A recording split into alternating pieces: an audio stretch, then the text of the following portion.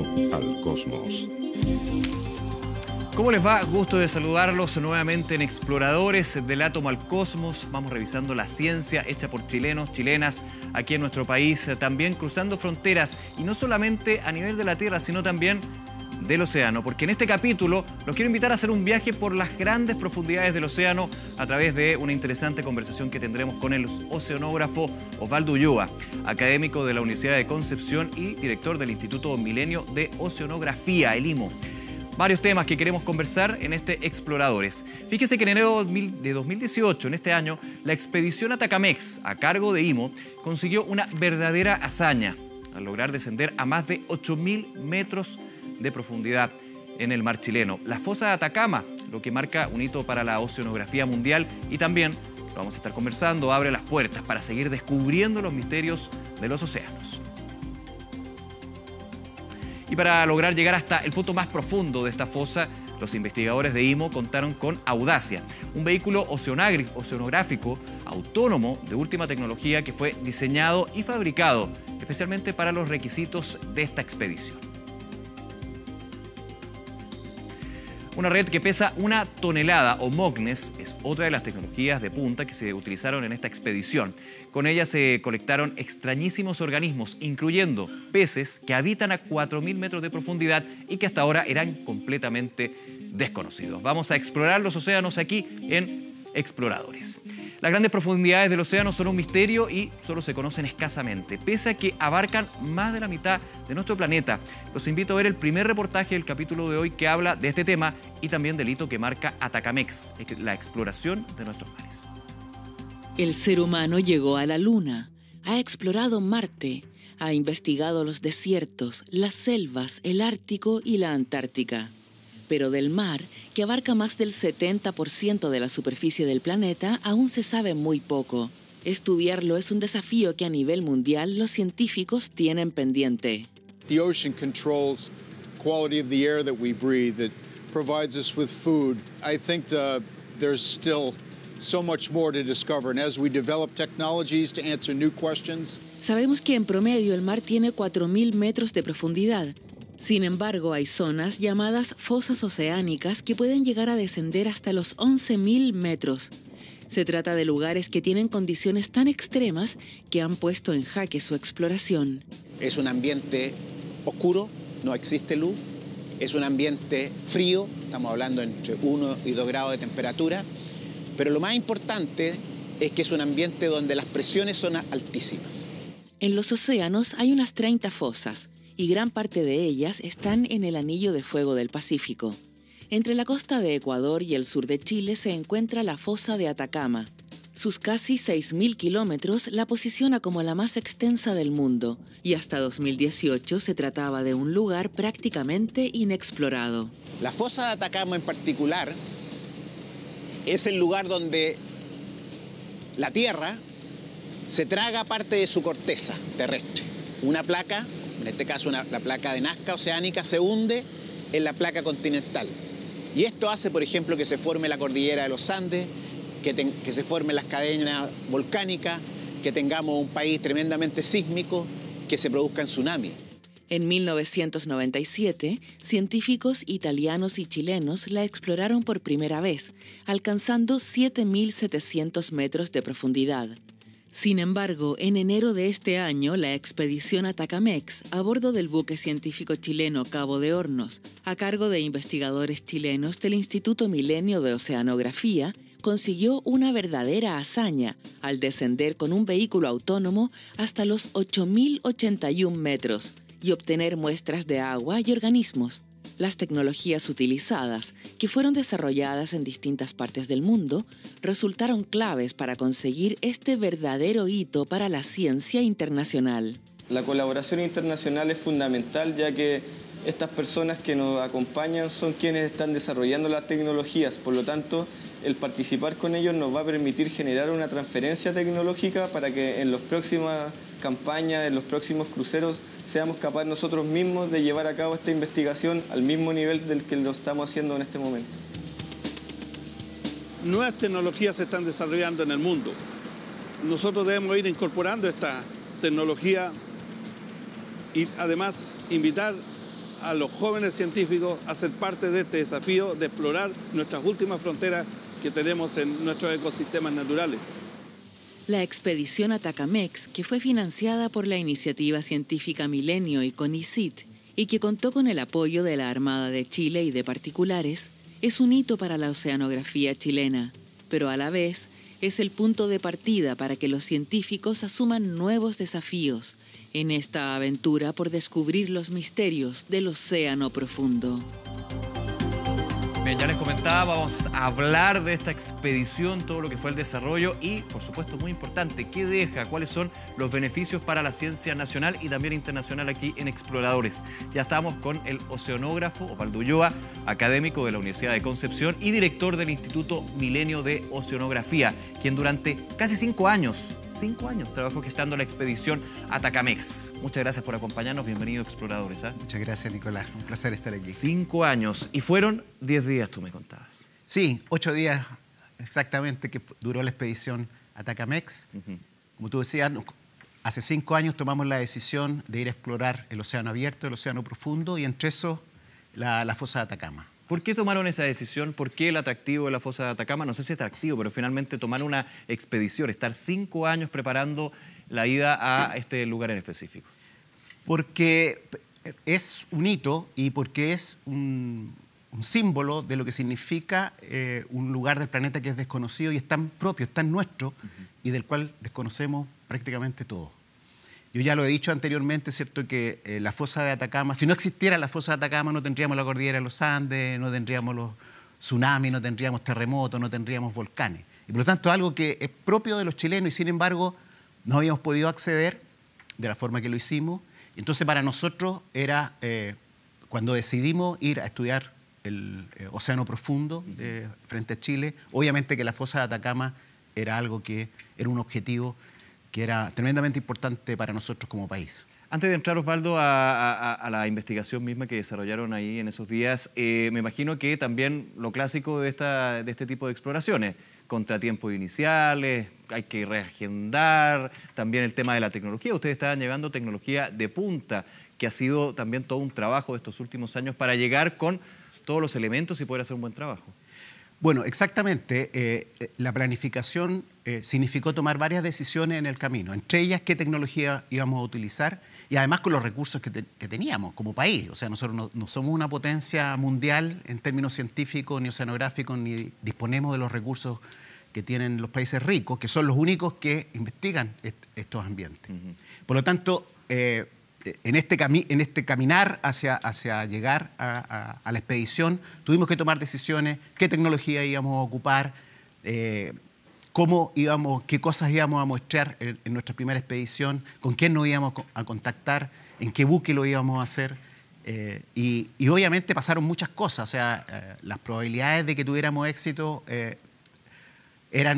había una zona de riesgo y había un porcentaje de riesgo en esto que hicimos. Pero bueno, eso es una de las cosas lindas de lo que hacemos, es que nos atrevemos a ir donde nadie más ha estado. Claro, y es bien notable eso de la oceanografía y todas las especialidades también que convergen en este punto, porque finalmente uno se lanza a la mar es súper impredecible, sabemos también en nuestro Chile tan extenso lo que tiene este territorio, y a las profundidades, estamos hablando de un hito científico, más de 8.000 metros de profundidad, totalmente desconocido con la tecnología, con todo el conocimiento científico que se puede tener, pero finalmente es un trabajo que se va a descubrir cosas, a explorar. A explorar. Ese es el primer paso cuando uno va a un ambiente que no conoce, explorar, porque no sabes con lo que te vas a encontrar. Es como cuando los naturalistas europeos vinieron a América, ¿cierto? Von Humboldt cuando vino, Charles Darwin, y se encontraron con toda esta fauna y flora, ¿cierto? Claudio Gay después en Chile, que se encontraron con toda esta flora y fauna que no conocían, que no existía en Europa, ¿cierto? Bueno, así es lo mismo. Cuando uno va lo primero que tiene que ir a hacer es a mirar, ver qué es lo que hay, a explorar, para después, indudablemente, continuar y hacer estudios y empezar a investigar cómo funciona el sistema. Lo primero hay que ver qué es lo que hay y poder llegar. En ese punto, Osvaldo, te pregunto la importancia, a juicio tuyo, para la exploración científica chilena, desde la especialidad que tú representas en este sentido, pero a nivel general, porque evidentemente puede ser tierra, mar o aire, pero la exploración científica se va conectando de alguna manera.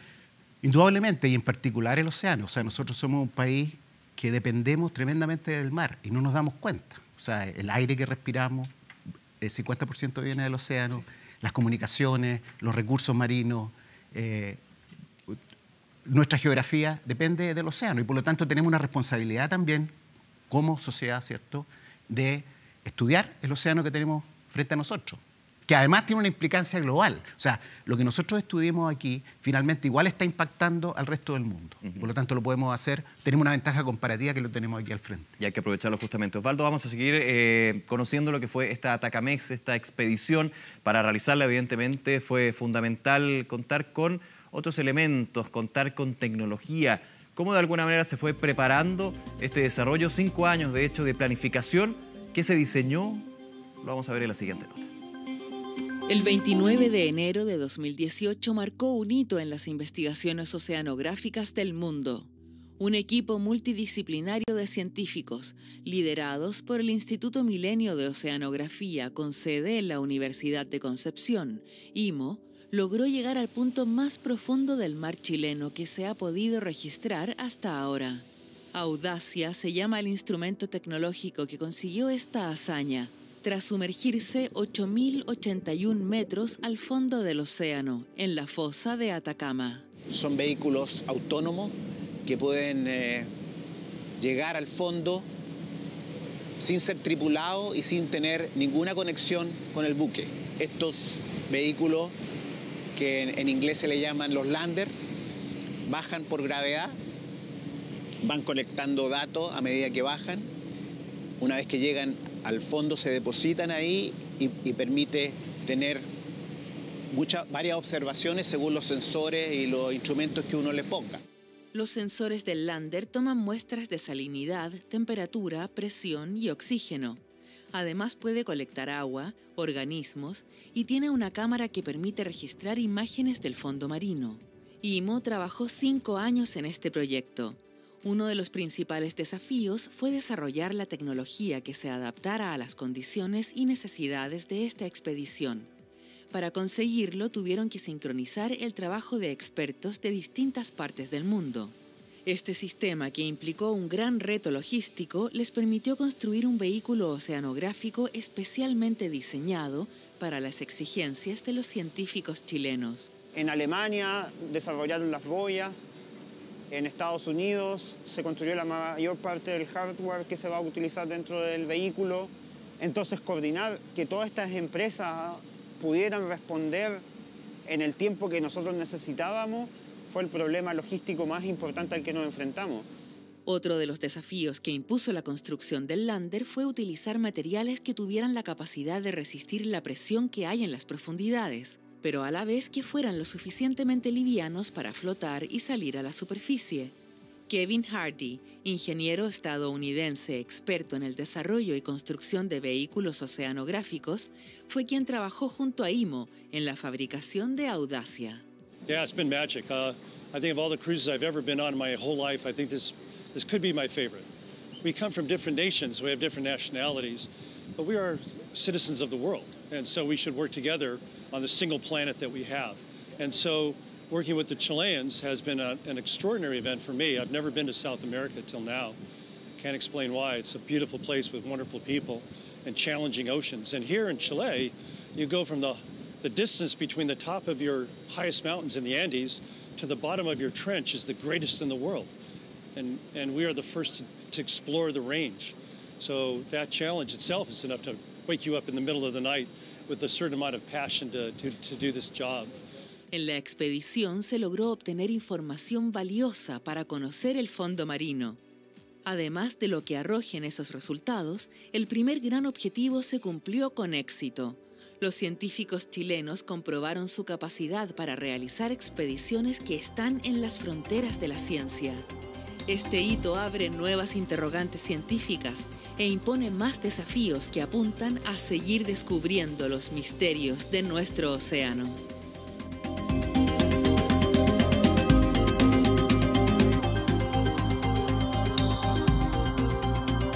Bien, regresamos a Exploradores. Estamos conversando con Osvaldo Ulloa de IMO.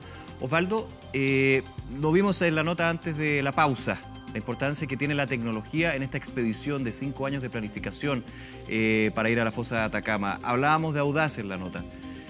Da miedo, ¿no? Porque tener que inventar tecnología, primero que todo, porque los presupuestos sabemos que siempre son acotados, no tenemos grandes presupuestos, y eso nos obliga de alguna manera a inventar nueva tecnología. Da miedo, preocupa cuando el lander va hacia abajo, después subirá nuevamente, lo podremos recuperar, funcionará todo. ¿Cómo funciona eso en la expedición? Bueno, efectivamente las emociones son tremendas. Sí. O sea, desde el hecho de que lleguen los equipos o los componentes que solicitamos y que se ensambló aquí. Aquí tuvimos una suerte tremenda que fue conocer a este ingeniero norteamericano que quiso embarcarse con nosotros en esta expedición y que una de las condiciones que puso fue que él quería participar, ¿ya? Entonces fue un trabajo muy fluido de un par de años con él y indudablemente desde el momento del primer lance que desplegamos el lander, ¿cierto? Esa noche no se duerme, al otro día estamos con la ansiedad, la guata apretada, un silencio, me imagino, de si va a subir o no va a subir. El momento que llega arriba es un momento de júbilo, es tremendo, o sea, la emoción es tremendamente grande, después recuperar, después ver que sí efectivamente tomó los datos. Y incluso uno piensa, ¿cierto?, que ya en el segundo va a ser mejor, en el tercero, pero estábamos en uno de los despliegues y se cortó la comunicación. Y nosotros liberamos el lander para que suba mediante una señal acústica. ¿Ya? Y tuvimos que postergar por más de 12 horas la subida y no sabíamos si iba a subir o no iba a subir. O sea, realmente lleva mucho de emoción esto que estamos haciendo. Y tuvo una preparación también, por ejemplo, yo pensaba en la presión y la fuertísima presión que se va generando mientras se va aumentando la profundidad en el océano. Eso de alguna manera también uno puede en el laboratorio, años antes, ir preparando, teniendo claro cuánto es, pero en el minuto cuando va hacia abajo el lander, bien complejo, ¿no? Exactamente. Bueno, ese es adelantarse de alguna manera a esta exploración desconocida. El desafío más grande es la presión. Es cómo los instrumentos que uno pone en este vehículo resisten la presión. Y si ustedes veían ahí en el video, ¿cierto? Nosotros en el diseño, la electrónica va dentro de unas esferas que son de cristal. Por lo tanto, si implosionan, se va y no regresa el lander y perdemos toda la infraestructura y todos los años que se ha estado trabajando. Hasta ahí nomás llegó la expedición. Entonces, además, por ejemplo, hay muchos materiales que no resisten. De hecho, a esas profundidades se usa titanio, no se usa acero por la resistencia, pero es caro. Entonces, también aquí hubo innovación, se usaron polímeros, se usó vidrio, se usó un material de los tiempos modernos que permitió, entre otras cosas, abaratar costos, pero también hacer el instrumento mucho más compacto. Vamos a ver otra lista muy relevante de esta expedición, Osvaldo, que es la red MOCNES, que de hecho fue la encargada de colectar los extrañísimos organismos que habitan en la columna de agua en el mar profundo frente a Chile. ¿Cómo funciona este aparato que pesa, de hecho, fíjese, 1 tonelada? Vamos a verlo en el siguiente reportaje que comentamos.